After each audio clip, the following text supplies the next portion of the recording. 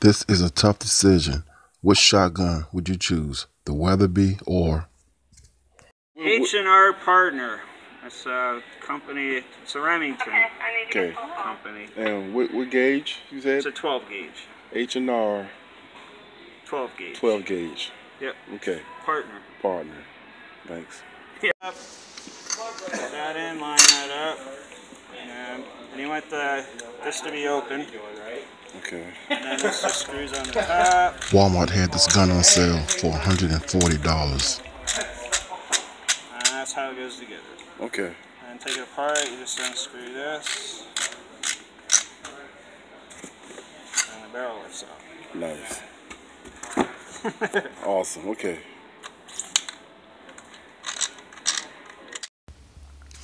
The Weatherby is a $400 or $500 shotgun, but it has that pistol grip too.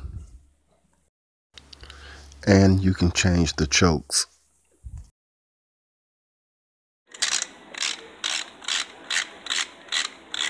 You're like a gun expert, man.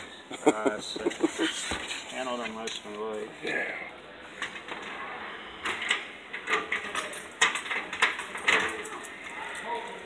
Alright, I'll get all this ready. Oh, so the one beside the Remington is a, would you say that is a Moss? That's Mossberg. Mossberg. And the other one.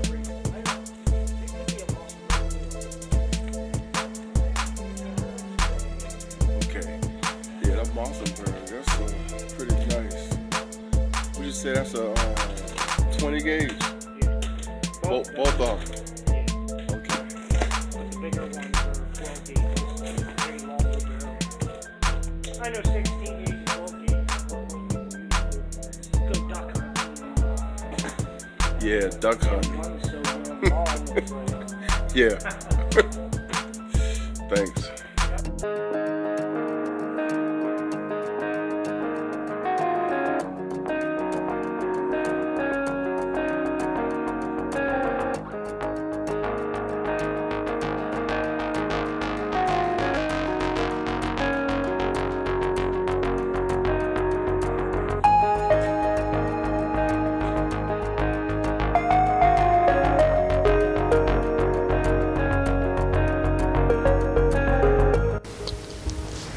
The 12 gauge is such a popular shotgun shell that most of the time when people are talking about their shotguns, the gauge is completely left out.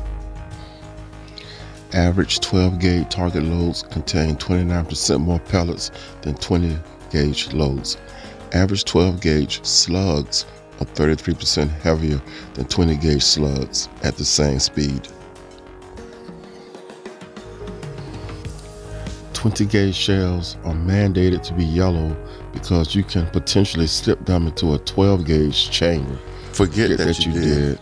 Load up a 12 behind it and then blow up your gun and potentially injure yourself. Even with the yellow color, it happens somewhat regularly.